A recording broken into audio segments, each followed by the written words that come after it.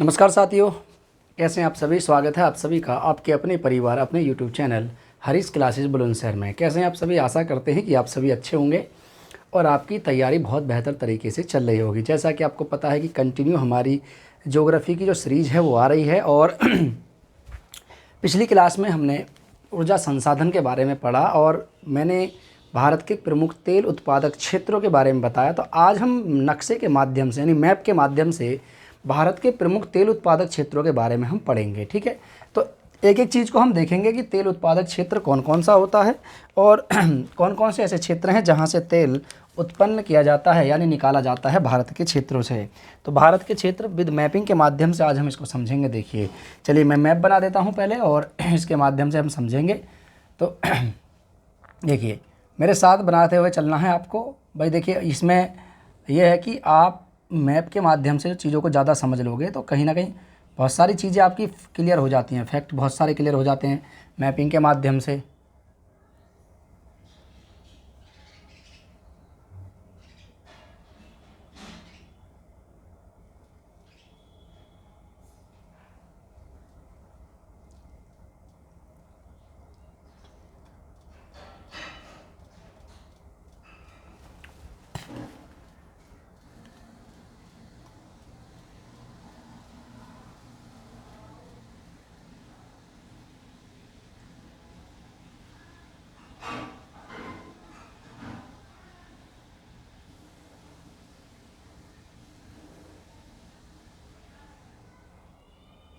ठीक है, ये रहा।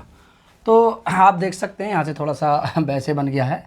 चलिए मैं इधर से थोड़ा सही कर देता हूँ, यहाँ पे थोड़ा सा।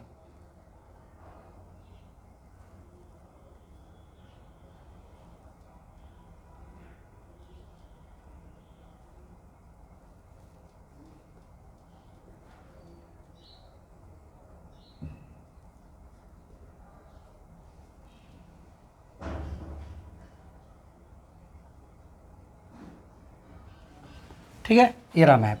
अब इसके माध्यम से हम समझेंगे कि भारत के कौन कौन से ऐसे क्षेत्र हैं जहाँ से तेल का उत्पादन किया जाता है।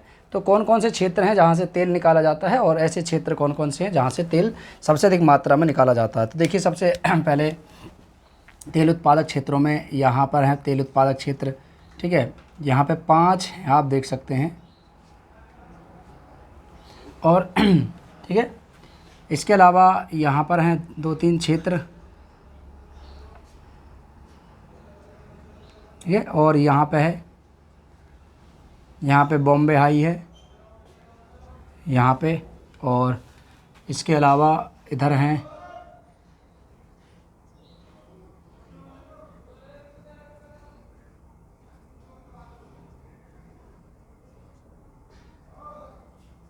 ठीक है ये रहे।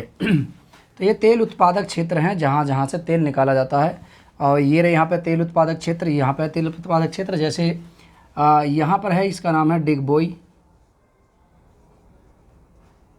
डिगबोई, ठीक है, डिगबोई तेल उत्पादक क्षेत्र। चलिए, ठीक है। तो ये कुछ यहाँ पर क्षेत्र हैं। जैसे डिगबोई है, यहाँ पर की बात करें तो जैसे ये दिल्ली है, तो ये दिल्ली है। यहाँ पर दिल्ली, कौन सा दिल्ली, बड़े बड़े में लिख देता हूँ दिल्ली। ये तेल उत्पादक क्षेत्र हैं। और दिल्ली के बाद देखिए यहाँ पर पड़ता है आपके इसे कहते हैं सोनीपत। ये सोनीपत है। ठीक है, ये क्या है, सोनीपत। सोनीपत हरियाणा, सोनीपत। और ये कौन सा है, ये आपके बबराला है यहाँ पर। ठीक है, सोनीपत है। और ये साहिबाबाद, कौन सा, साहिबाबाद। साहिबाबाद, ये रहा साहिबाबाद, यहाँ पे दिख तो रहा होगा आपको। और ये इसकी बात करें तो ये बबराला है। क्या है, बबराला, बबराला। और अभी गैस पाइपलाइन के बारे में भी हम बात करेंगे, पहले इसको देख लेते हैं, बबराला। ठीक है, और ये है आपके गुड़गांव। ये गुड़गांव है, ये वाला, ये क्या है, गुड़गांव, गुड़गांव, ये गुड़गांव है। तो ये दिल्ली में, कुछ दिल्ली के आसपास वाले क्षेत्र में कुछ तेल उत्पादक क्षेत्र हैं जहाँ से तेल का रिफाइन भी किया जाता है। ये आप देख सकते हैं यहाँ पे।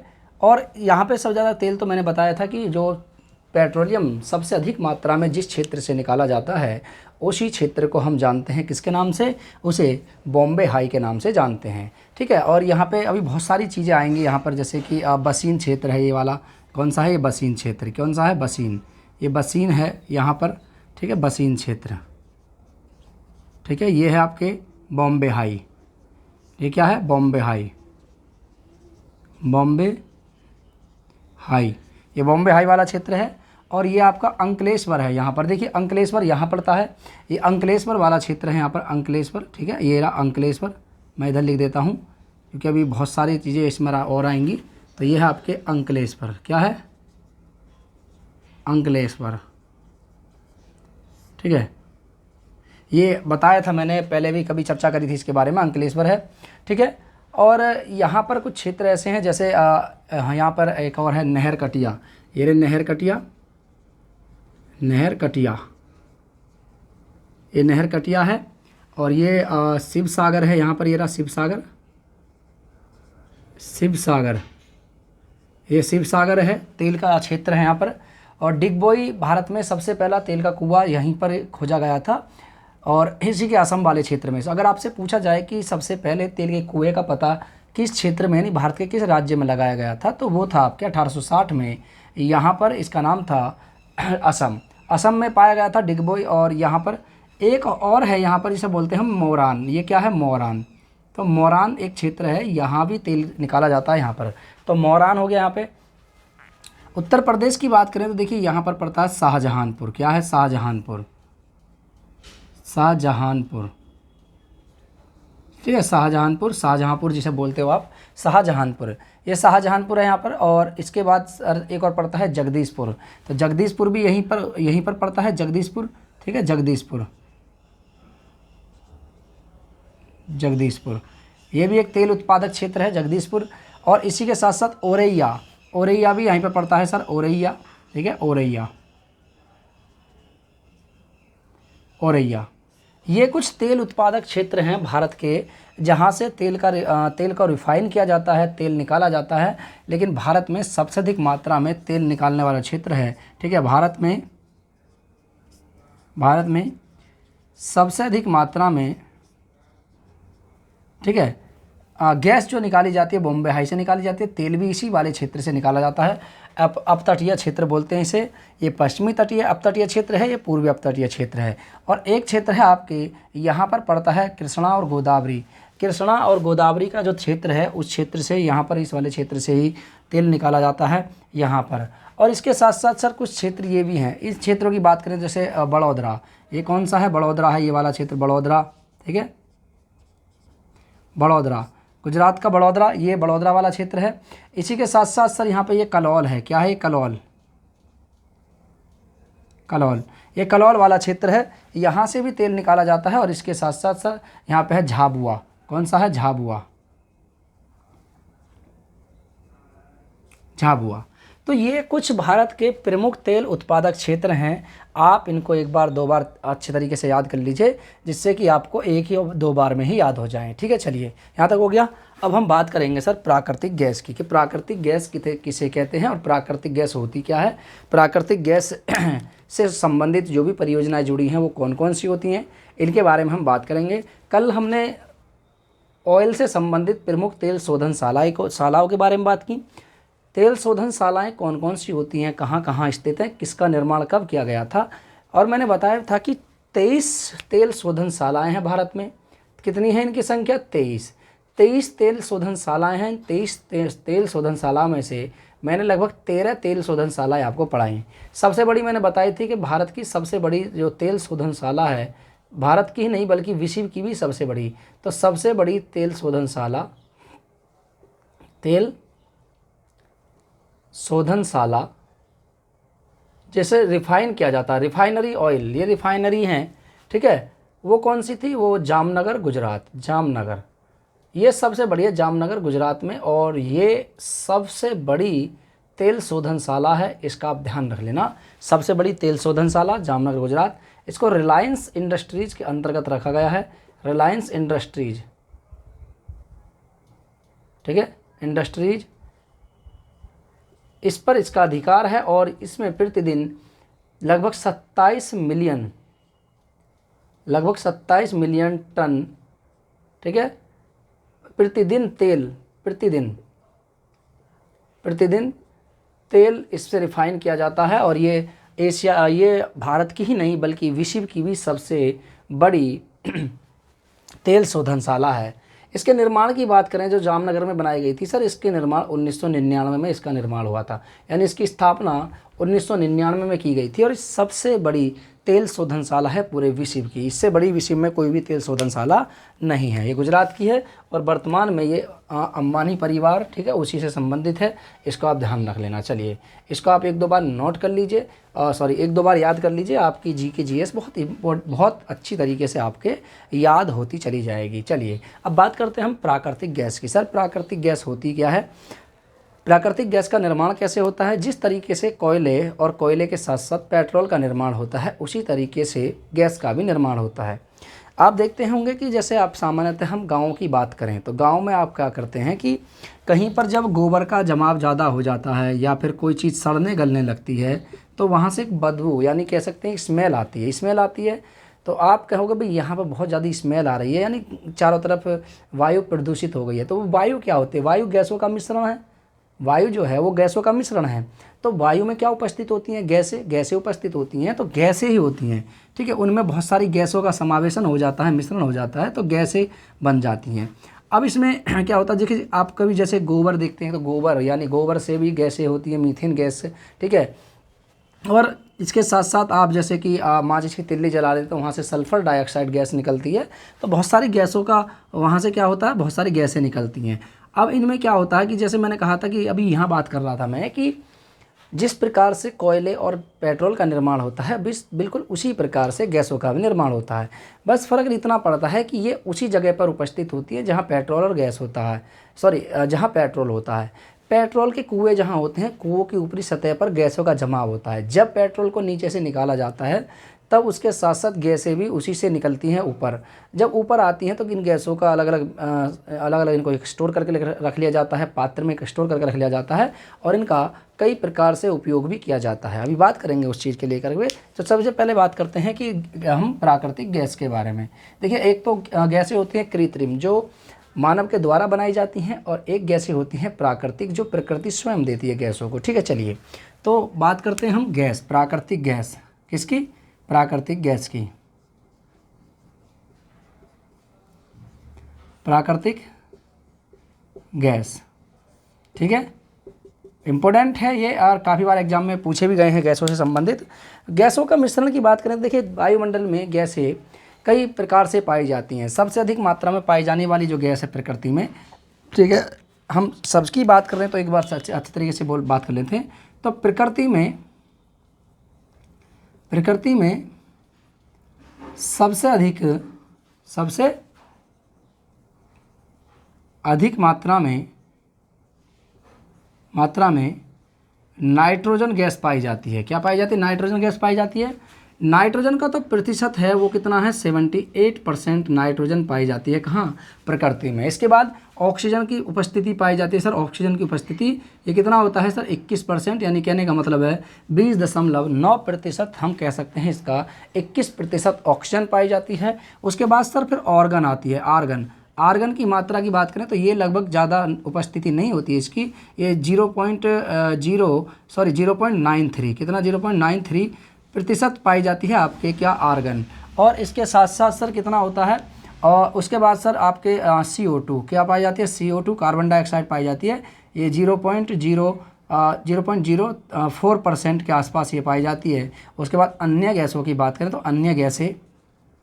अन्य गैसें कितनी पाई जाती हैं? वो भी 0.03% है। कितना? जो CO2 0.03% कर लीजिए इसको, और ये 0.04% अन्य गैसें पाई जाती हैं प्रकृति में। कुल मिलाकर के आप देख सकते हैं कि 100% इनका समावेशन होता है।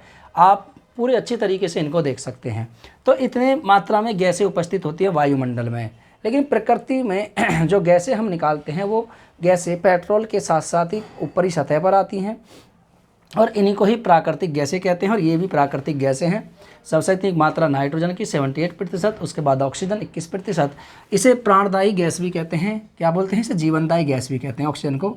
इसे जीवनदायी जो जीवन देती है, जीवनदायी गैस भी कहते हैं।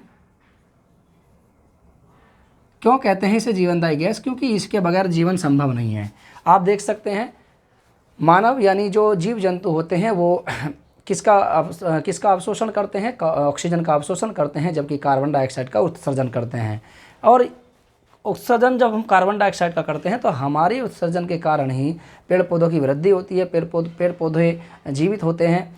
और हम पेड़ पौधों के बगैर नहीं है, पेड़ पौधे हमारे बगैर नहीं है। कह सकते हैं हम प्रकृति में जो दिया गया है सब कुछ एक दूसरे पर डिपेंड है। वो हम पेड़ पौधों पर डिपेंड हैं, पेड़ पौधे हम पर डिपेंड हैं। लेकिन क्या करते हैं, मानव जीवन इस प्रकार से चल रहा है और प्राकृतिक संसाधनों का दिन प्रतिदिन दोहन होता जा रहा है और प्रकृति को इससे खतरा भी होता जा रहा है। ठीक है, चलिए आगे बात करें हम। तो प्राकृतिक गैस, सबसे पहले हम बात करते हैं इसमें प्राकृतिक गैस में। यह एक परंपरागत ऊर्जा स्रोत है। यह भी एक परंपरागत ऊर्जा संसाधन है या स्रोत है, संसाधन है, क्योंकि यह प्रकृति में कुछ ही सीमित मात्रा में उपलब्ध है। आपके इन वाली गैसों को छोड़ करके बाकी जो गैसें हैं जैसे मीथेन है, बहुत सारी गैसें ऐसी हैं जिनका इस्तेमाल किया जाता है दैनिक जीवन में। तो यह भी एक परंपरागत ऊर्जा संसाधन है, परंपरागत ऊर्जा स्रोत है। जिस प्रकार से पेट्रोल, कोयला, ठीक है, ये परंपरागत ऊर्जा स्रोत हैं, इसी प्रकार से गैस भी एक परंपरागत ऊर्जा स्रोत है। यह कहाँ से निकाली जाती है? जब तेल को निकाला जाता है प्रकृति के भूगर्भ के अंदर से, जब तेलों को निकाला जाता है, तेलों के कुओं को खोद करके निकाला जाता है, तेल को ऊपर निकाला जाता है, तभी तेल के कुएं की ऊपरी सतह पर जो जमाव होता है गैसों का, उसमें से गैसें भी बाहर आती हैं। तो तेल के कुओं की तेल के कुओं की ऊपरी सतह, कौन सी सतह? तेल के कुओं की खुदाई के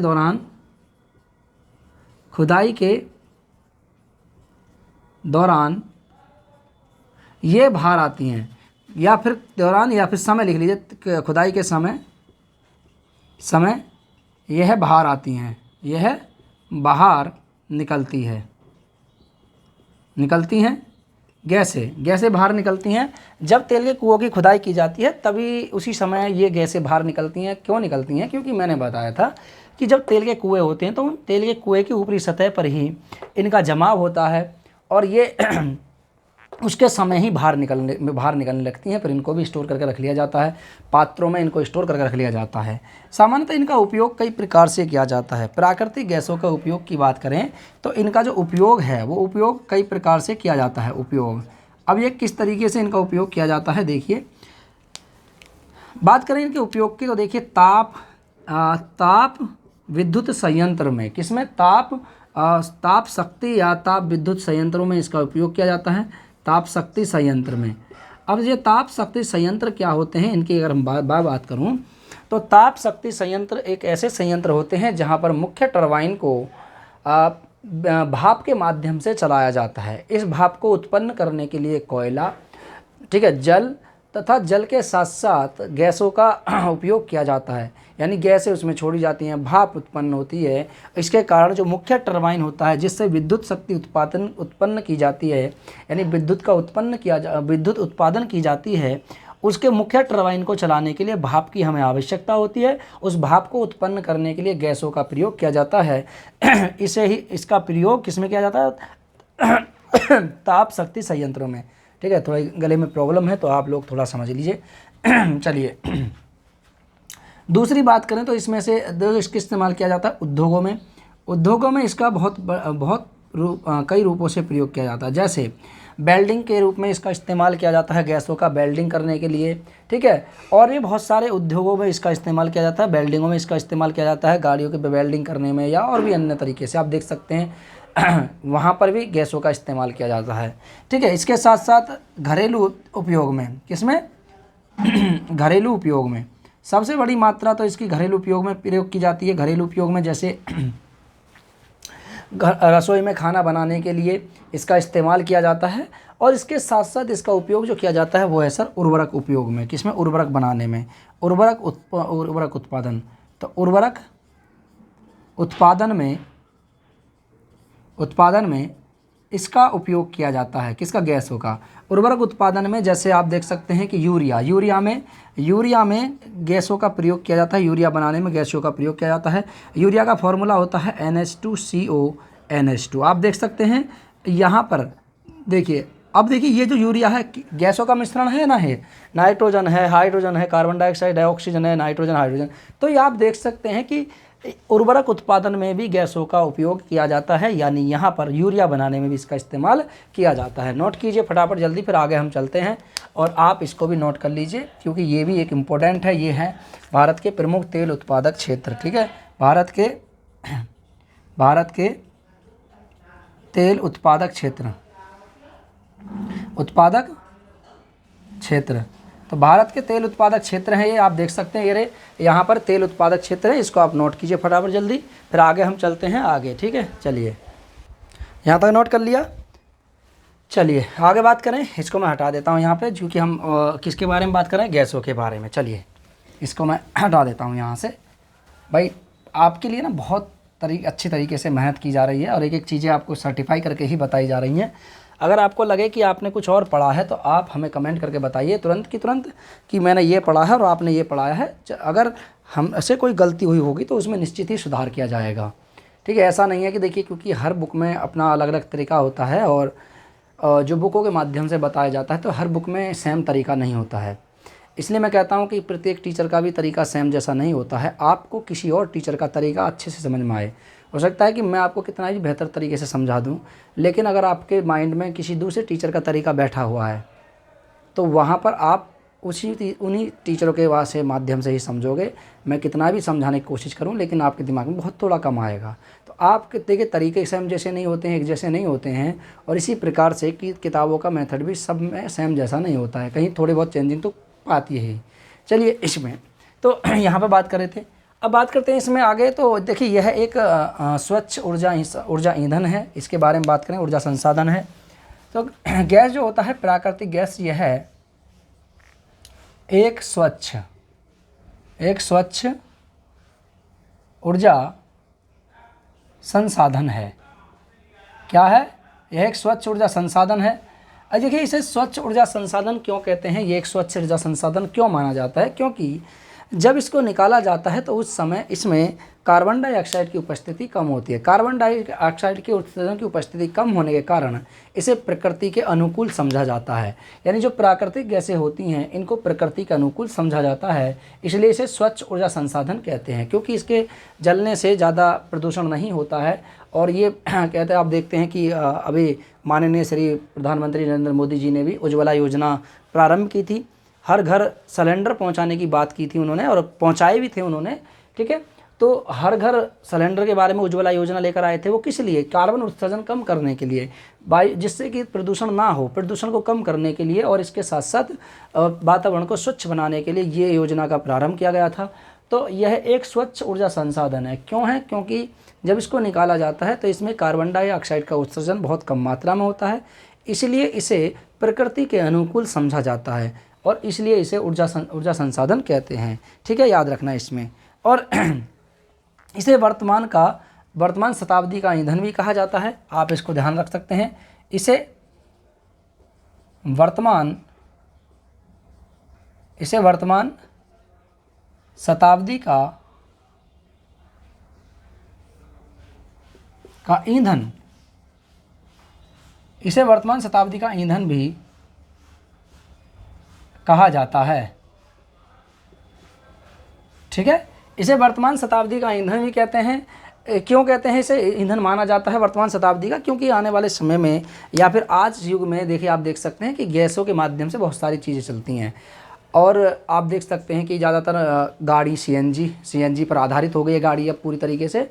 इलेक्ट्रिक ने उनका स्थान लेने की कोशिश कर रहा है अभी, लेकिन इलेक्ट्रिक हमारे भारत में भी इतना कामयाब नहीं है, क्योंकि अभी स्टेशन बनाने की अभी काफ़ी आवश्यकता है। तो इसलिए गाड़ियाँ ज़्यादातर आप देखते भी हैं कि मान लीजिए जैसे आपके अगर घर में भी गाड़ी है तो आप ये वहाँ पर आप सोचते होंगे कि भाई सीएनजी थोड़ा कम हमारे लिए अच्छी है, कम पैसों में आ रही है, तो क्यों ना सीएनजी ही भरवाई जाए।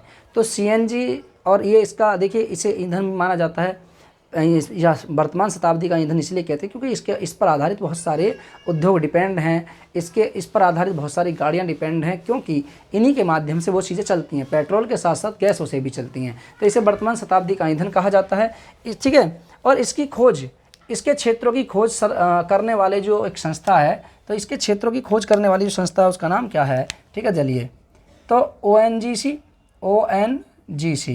ONGC तथा OIL, ठीक है, OIL यानी इसे बोलते हैं OIL को कि oil India limited, oil India limited. तो ऑयल इंडिया लिमिटेड तथा oil and natural gas corporation, ठीक है, oil and natural gas corporation तथा OIL के द्वारा इसके क्षेत्रों की खोज की जाती है, ठीक है। ONGC तथा OIL के द्वारा इसके क्षेत्रों की खोज की जाती है, खोज की जाती है। अगर कहीं भी गैस के, प्राकृतिक गैस का कुछ भी उपस्थिति का पता चला तो उसकी खोज करने के लिए कौन लोग आते हैं, यानी ये निकालने के लिए आते हैं OIL या ONGC या OIL के माध्यम से इसके क्षेत्रों की खोज की जाती है, इसकी उपस्थिति का पता लगाया जाता है। और सबसे अधिक मात्रा में ये जो निकाली जाती है वो कौन से क्षेत्र से निकाली जाती है, वो मुंबई के अपतटीय क्षेत्र से सबसे अधिक मात्रा में गैस निकाली जाती है, ठीक है। यहाँ तक हो गया, चलिए कोई बात नहीं, आगे चलते हैं। नेक्स्ट देखिए, गैस का विशाल भंडार, ठीक है, प्राकृतिक गैस का विशाल भंडार, ठीक है, प्राकृतिक गैस का विशाल भंडार, विशाल भंडार का मतलब बहुत बड़ी मात्रा में। तो प्राकृतिक गैस का विशाल भंडार कहाँ पाया जाता है? प्राकृतिक गैस का विशाल भंडार बॉम्बे हाई, कहाँ? बॉम्बे हाई तथा एक क्षेत्र और है इसमें जिसे बोलते हैं बसीन क्षेत्र। कौन सा? तथा बसीन क्षेत्र, ये गुजरात वाले क्षेत्र में पड़ता है, बसीन क्षेत्र, ठीक है। इनसे सबसे अधिक मात्रा में, ठीक है, सबसे अधिक मात्रा में प्राकृतिक गैस के भंडार पाए जाते हैं, ठीक है। इसमें अन्य क्षेत्रों की बात करें कि कौन कौन से अन्य क्षेत्र हैं जहाँ से प्राकृतिक गैस पाई जाती है, तो अन्य क्षेत्रों में देख लीजिए। जैसे एक क्षेत्र पड़ता है आपके इसका नाम है जगतिया गुजरात में, ठीक है, जगतिया, ये कहाँ पड़ता है सर? गुजरात में, ये गुजरात में है। यहाँ से भी प्राकृतिक गैस की उपस्थिति का पता लग चलता है। दूसरा ये है सर घोंघा, ये भी कहाँ है सर? ये भी गुजरात में ही है, तो घोंघा ये भी गुजरात में है। तीसरा एक पड़ता है सर असम में, असम वाले क्षेत्र में पड़ता है, जैसे नहर कटिया। कौन सा है? नहर कटिया कहाँ सर? ये असम में ये एक प्राकृतिक गैस का बहुत बड़ा क्षेत्र है, नहर कटिया। और इसके साथ साथ सर एक और आता है, ये भी असम में ही पड़ता है, इस क्षेत्र का नाम है आपके मोरान। तो मोरान, इस क्षेत्र का नाम है मोरान, ठीक है, मोरान। अभी मैंने बताए थे तेल उत्पादक क्षेत्र मैंने बताए थे, और इसलिए ये है मोरान। तो मोरान जो तेल उत्पादक क्षेत्र है ये कहाँ है सर? ये भी असम में ही है। तो ये कुछ अन्य क्षेत्र हैं। वैसे सबसे अधिक मात्रा में जो प्राकृतिक गैस निकाली जाती है वो बॉम्बे हाई तथा बसीन क्षेत्र, लेकिन उसके बाद प्राकृतिक गैस का जगतिया है, घोंघा है, नहर कटिया है और आपके मोरान। ये जो क्षेत्र हैं ये तेल क्षेत्र भी हैं और इसके साथ साथ ये आपके प्राकृतिक गैस के उत्पादक क्षेत्र भी माने जाते हैं। और सबसे अधिक मात्रा में विशाल भंडार बॉम्बे हाई तथा बसीन क्षेत्र में पाया जाता है। चलिए आइए, अब इसमें से जो प्राकृतिक गैस का जो भारत में कुल भंडार है वो कितना है? तो कुल भंडार की बात करें कि कुल भंडार कितना है भारत में? अभी हाल ही में एक रिपोर्ट आई थी, उसके अनुसार भारत में कुल भंडार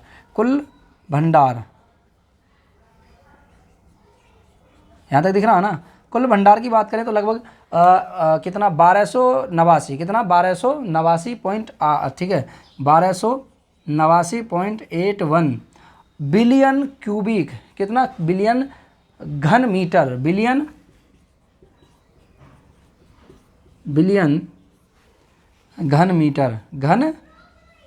मीटर भंडार है भारत में।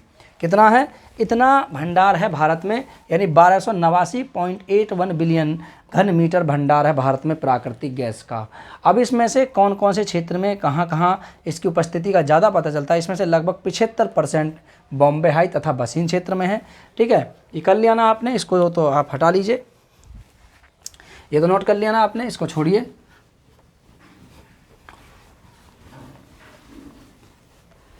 ठीक है, इसमें से 75% यानी ये जो पूरा क्षेत्र है कितना? 1289.81 बिलियन क्यूबिक, बिलियन घन मीटर, ठीक है,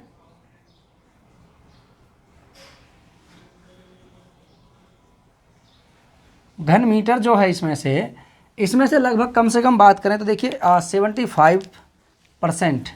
तो बॉम्बे हाई में कितना है? 75% जो है वो बॉम्बे हाई है। कितना है? बॉम्बे हाई, बॉम्बे हाई तथा बसीन क्षेत्रों में है। ठीक है, बॉम्बे हाई तथा बसीन क्षेत्र में है लगभग 75%। इसके अलावा देखिए सर, इसके अलावा 12% के लगभग में गुजरात में पड़ता है। 12% कहाँ है? गुजरात में। तो 12% गुजरात में है, गुजरात में 12% है। 72 कर दिया, सॉरी माई मिस्टेक, 72 नहीं 12%। 12% सर गुजरात में है इसमें से। और लगभग कम से कम 7% की बात करें तो ये असम वाले क्षेत्र में पड़ता है। 7% आंध्र प्रदेश में, 6% असम वाले क्षेत्र में। तो लगभग 7% आंध्र प्रदेश में और 6% असम में। असम इस क्षेत्र में पाया जाता है किसका? यानी प्राकृतिक गैस का। ये जो पूरा भंडार जितना भी भारत में उपस्थिति का पता चलता है भंडार का, इस भंडार में से 75% बॉम्बे हाई तथा बसीन क्षेत्र। अभी बताऊंगा बॉम्बे हाई कौन सा क्षेत्र है, मैंने अभी दिखाया भी था ये वाला। ये है आपके बॉम्बे हाई और बसीन क्षेत्र, ये है बसीन क्षेत्र और ये है बॉम्बे हाई। ठीक है, बॉम्बे हाई ये वाला क्षेत्र, ये जो क्षेत्र है इसमें सबसे ज़्यादा पाई जाती है 75% प्राकृतिक गैस के भंडार इसमें है, 75%। ठीक है, प्राकृतिक गैस के। और 6% असम वाले आप देख सकते हैं, मैंने बताए थे डिगबोई, मोरान, ठीक है, और शिव सागर, ये जितने भी क्षेत्र हैं, नहर कटिया, ये इस वाले क्षेत्र में 6% यहाँ पर निकाली जाती है गैस, प्राकृतिक गैस। ठीक है, और आंध्र प्रदेश वाले क्षेत्र में, कृष्णा और गोदावरी वाले क्षेत्र में, और इसके साथ साथ गुजरात में भी, वहाँ पर भी क्या है? प्राकृतिक गैस निकाली जाती है। यहाँ तक समझ में आ गया? कोई दिक्कत तो नहीं है। चलिए, यहाँ पर हो गया। अब इसके लिए देखिए प्राकृतिक गैस का वितरण कौन करता है? इसके लिए एक लिमिटेड कंपनी का निर्माण किया गया था। लिमिटेड कंपनी कौन सी होती है? तो इसके लिए एक कंपनी बनाई गई थी जो आज सरकारी कंपनी के अंतर्गत आती है। ऐसा बोलते हैं GAIL, गेल, गैस अथॉरिटी इंडिया लिमिटेड। इसका नाम है गैस अथॉरिटी, क्या है? Gas authority India, authority India limited. ये एक महारत्न कंपनी है, तो इसे गेल कहते हैं। गेल, गैस अथॉरिटी इंडिया लिमिटेड इस कंपनी का नाम है। और इसकी स्थापना की बात करें तो सर इसकी स्थापना 1984, स्थापना की बात करें तो इसकी स्थापना जो की गई थी वो 1984 में इसकी स्थापना की गई थी। 1984 में इस कंपनी की स्थापना की गई थी। इंदिरा गांधी सरकार जब थी उसी समय इसकी स्थापना की गई थी। और ये इंदिरा गांधी की मृत्यु की तिथि भी है। यहाँ पर 1984 में इंदिरा गांधी जी की मृत्यु हुई थी। उन्हीं के 2 बॉडी गार्डों ने उनको गोली से उड़ा दिया था, तो वहाँ पर, ठीक है। तो 1984 आप इस तरीके से याद रख सकते हैं। 1984 गेल की स्थापना। गैस के परिवहन एवं विपणन के लिए इसका निर्माण किया गया था। इसका उद्देश्य क्या है? इसका उद्देश्य क्या है? इसका उद्देश्य जो है वो है गैस के वितरण, गैस के परिवहन यानी लाने ले जाने, परिवहन एवं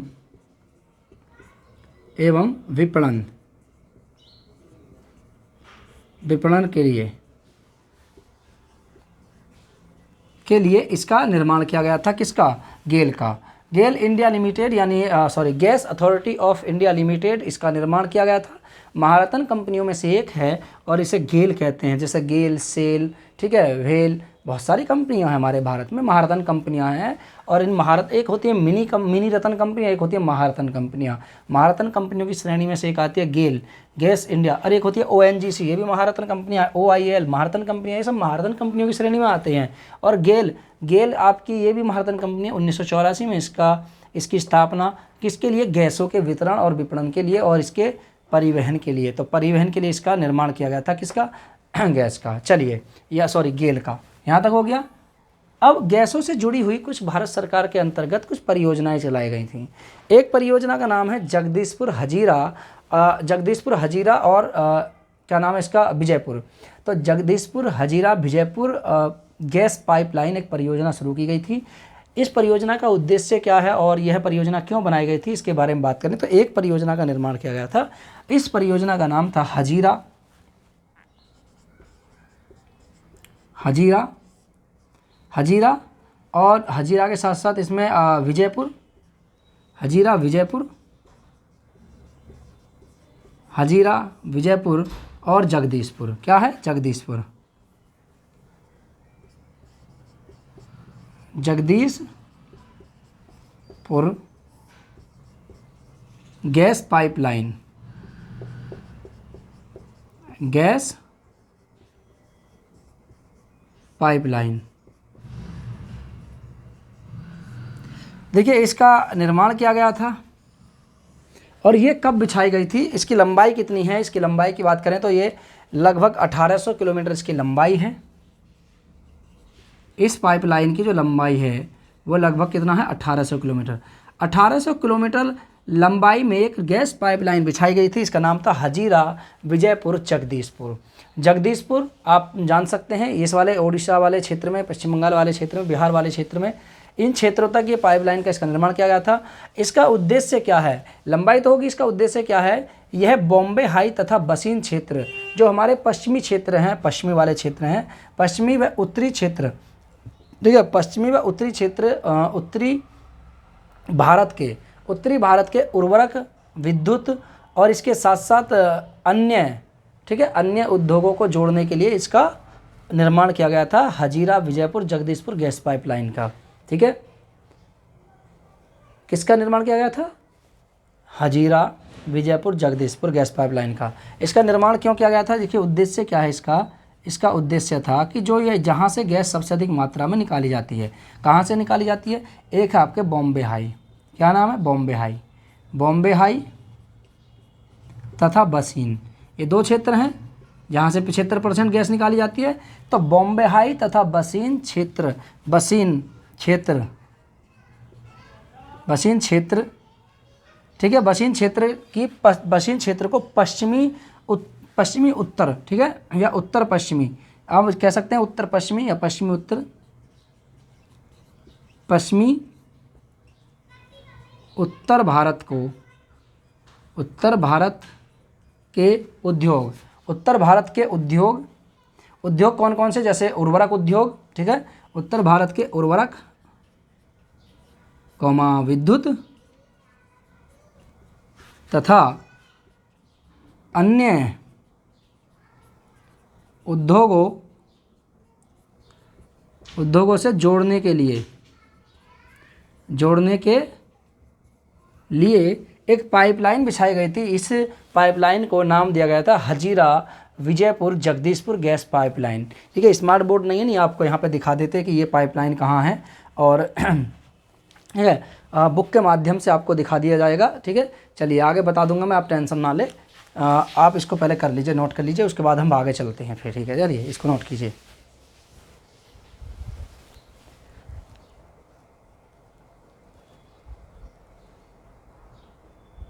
यहाँ तक हो गया, चलिए आगे चलें। चलिए भाई इसका स्क्रीनशॉट ले लिया करें आप लोग, मैं इसलिए हटता हूँ थोड़ा सा साइड में को, जिससे कि आप इसका स्क्रीनशॉट ले लें। ठीक है, देखिए ये तो पाइपलाइन बिछाई गई थी। अब भारत सरकार ने 24 अक्टूबर 2000 लगभग 16 के आसपास, 24 अक्टूबर 2016 के आसपास भारत सरकार ने इससे संबंधित यानी प्राकृतिक गैसों से संबंधित एक परियोजना का निर्माण किया। इस परियोजना को नाम दिया गया था, ठीक है, ऊर्जा यानी गंगा ऊर्जा गंगा परियोजना। ऊर्जा गंगा परियोजना, उज्ज्वला परियोजना नहीं, ऊर्जा गंगा परियोजना, वहाँ पर इसका नाम दिया गया था। इसका निर्माण किया गया था 24 अक्टूबर 2016 को। उद्देश्य क्या था अभी बताएंगे इसका, तो पहले एक परियोजना जोड़ दीजिए। तो प्राकृतिक गैसों से संबंधित भारत सरकार के द्वारा चलाई गई एक परियोजना का नाम था ऊर्जा गंगा परियोजना। ऊर्जा, बहुत सारी परियोजना है, सब बताऊंगा। ऊर्जा गंगा परियोजना,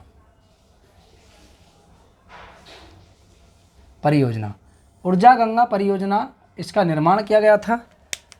इसकी स्थापना की बात करें कि इसकी स्थापना कब की गई थी, तो स्थापना देख लीजिए आप लोग। स्थापना नहीं, शुभारंभ लिखिए इसका, शुभारंभ। ठीक है, एक मिनट ज़रा नहीं लीजिए। ठीक है, यहाँ लाइट बहुत बड़ी समस्या है। ठीक है, इसका शुभारंभ किया गया था यहाँ पर। और देखिए इसका शुभारंभ कब किया गया था? शुभारंभ 24 अक्टूबर 2016 को, 24 अक्टूबर 2016 को इसका शुभारंभ किया गया था। स्थान कौन सा था जहाँ पर इसका शुभारंभ किया गया था? स्थान था यूपी का वाराणसी, उत्तर प्रदेश के वाराणसी में, उत्तर प्रदेश के वाराणसी, उत्तर प्रदेश के वाराणसी से इसका शुभारंभ किया गया था। कुल लंबाई की बात करें कि इसकी कुल लंबाई कितनी है? कुल लंबाई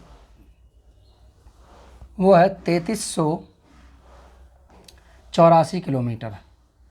3384 किलोमीटर इसकी कुल लंबाई है पाइपलाइन की, क्योंकि जो बिछाई गई है इसमें पाइपलाइन, उसकी लंबाई, कुल लंबाई जो है इस परियोजना की वो कितनी है? 3384 किलोमीटर इसकी लंबाई। उद्देश्य क्या है इसका? उद्देश्य था इसका, उद्देश्य जो पूर्वी राज्य हैं, पूर्वी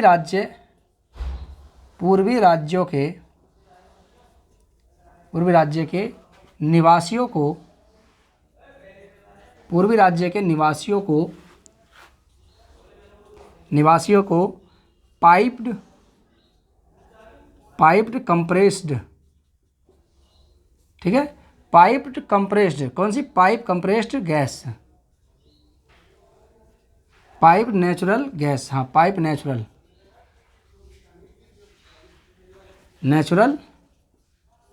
गैस तथा सीएनजी उपलब्ध कराना। क्या है? उपलब्ध कराना। इसका मेन उद्देश्य था एक पीएनजी और एक सीएनजी। ये पीएनजी बोलते हैं इसे, PNG pipe natural gas, piped natural gas, और इसे सीएनजी कहते हैं, कंप्रेस्ड नेचुरल गैस, इसे कंप्रेस्ड नेचुरल गैस कहा जाता है। इसकी उपलब्धता को सुनिश्चित कराने के लिए इस परियोजना का शुभारंभ किया गया था 24 अक्टूबर 2016 में।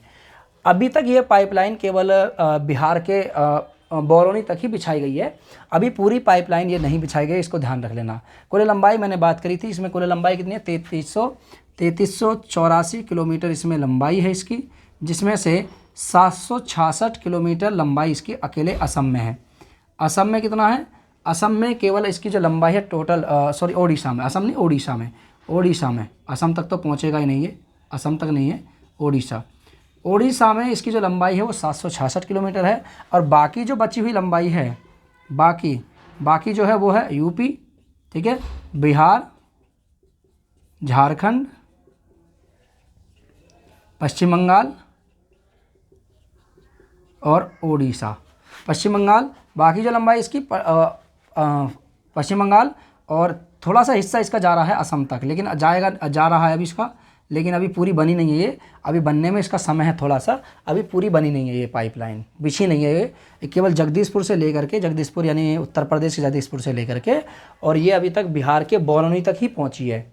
ठीक है, यहाँ तक। आइए मैप के माध्यम से इसे समझते हैं। एक आपको दिख रहा होगा आसानी से, चलिए मैप के माध्यम से इसे समझ लीजिए थोड़ा सा। ठीक है,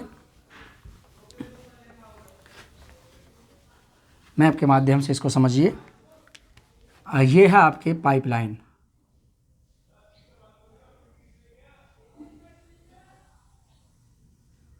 ठीक है, ये पाइपलाइन है, यहाँ से इसको इधर मोड़ दिया गया है।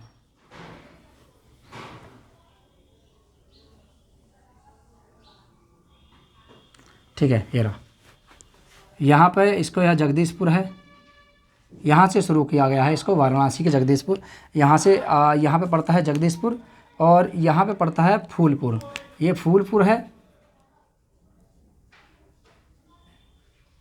और ये जगदीशपुर है। देखिए लाइट थोड़ी कटी हुई है, यहाँ वाराणसी, ठीक है। और इसके अलावा यहाँ पर है, ये पटना है, पाइपलाइन बिछी है पटना, ठीक है, यहाँ पे है गया, पटना गया।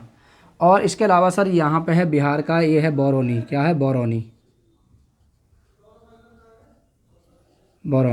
केवल अभी तक बरौनी तक ही बिछी है, ये बरौनी है।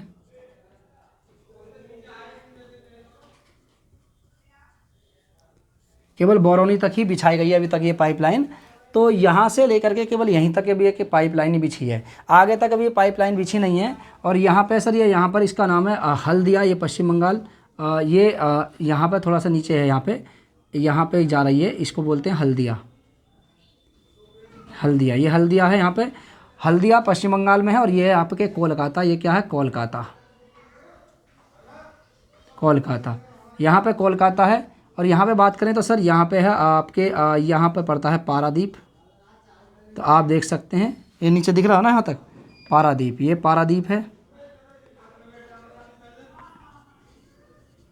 पारादीप उड़ीसा में है। और ये धमरा,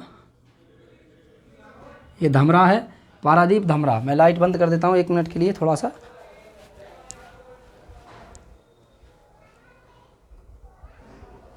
ठीक है, ये पारादीप है, धमरा है, ये पारादीप है यहाँ पर, और ये धमरा है उड़ीसा में।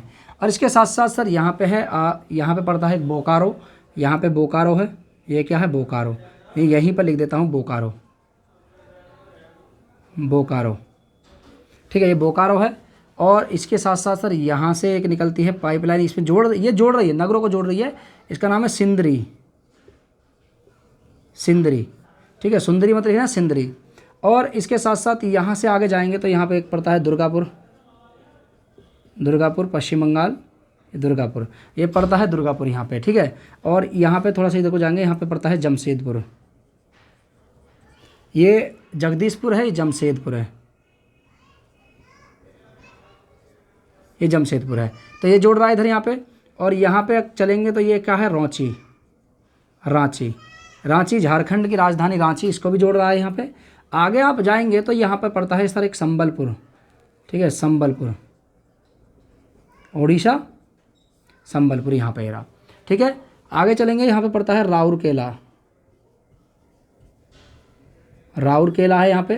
ठीक है, यहाँ पे देखिए लाइट की बहुत ज़्यादा समस्या हो जाती है कभी कभी, राउरकेला। और यहाँ पे एक पड़ता है सर, इसका नाम है अंगुल, ये अंगुल है यहाँ पे, अंगुल,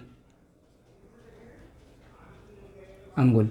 तो ये आप देख सकते हैं ये पाइपलाइन है जो बिछाई जा रही है, किसके अंतर्गत, ऊर्जा गंगा परियोजना के अंतर्गत ये पाइपलाइन बिछाई जा रही है। कुल लंबाई की बात करें तो इसकी कुल लंबाई मैंने बताई थी 3384 किलोमीटर इसकी कुल लंबाई है। कुल लंबाई कितनी है, 3384 किलोमीटर इसकी कुल लंबाई, टोटल 3384 किलोमीटर। ठीक है, यहाँ तक हो गया। चलिए, समझ में आया, कोई दिक्कत तो नहीं है। चलिए, तो प्राकृतिक गैस से संबंधित जो परियोजनाएं हैं, अभी 1-2 परियोजनाएं हमने देखी हैं, अभी और परियोजनाएं बहुत सारी हैं, उनको कल हम देखेंगे आगे नेक्स्ट क्लास में। आज के लिए यहीं पर क्लास को समाप्त करेंगे, मिलेंगे आपसे नेक्स्ट क्लास में। तब तक के लिए नमस्कार, जय हिंद और जय भारत। अब पर डे आपको डेली 2 क्लासेस आपको मिलेंगी। कल से आपको 1-2 क्लासेस आपको पर डे मिलेंगी, या तो शाम को हम 5 बजे क्लास डालेंगे, या फिर आपको 8 बजे तो है ही पर डे। ठीक है, शाम को तो हमारी क्लास पर डे डेली 8 बजे आपको आती है। अब इसके साथ साथ हम सोच रहे हैं कि हिस्ट्री को भी और शुरू करें, हिस्ट्री की जो सीरीज चल रही है उसको भी कंटिन्यू आगे बढ़ाते रहें। तो 2 क्लास आप पर डे करते रहिए। यूपी पुलिस तक आपका बहुत सारी चीज़ें क्लियर करवा दी जाएंगी। हिंदी की क्लास भी अब जल्दी ही आप पे इसको अपलोड आपको मिल जाएगी यहाँ पर। चलिए, आज के लिए इतना ही काफ़ी, मिलते हैं नेक्स्ट क्लास में। नमस्कार, जय हिंद और जय भारत, नमस्ते।